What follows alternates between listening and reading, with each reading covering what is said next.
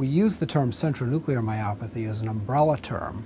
One subset of this is what are called myotubular myopathy. In all of these, the common feature is that the nucleus in a muscle cell, which normally should be found at the edge of the cell, is found in the center.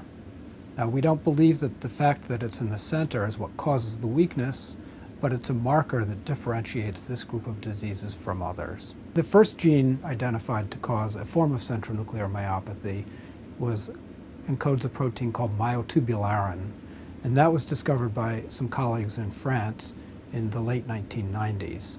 Myotubularin is the protein that is mutated in X-linked myotubular myopathy, one of the subforms of centronuclear myopathy. Myotubularin is an enzyme that is involved in lipid metabolism, and it's involved in converting certain fats to specialized forms that help form certain membranes in the cell.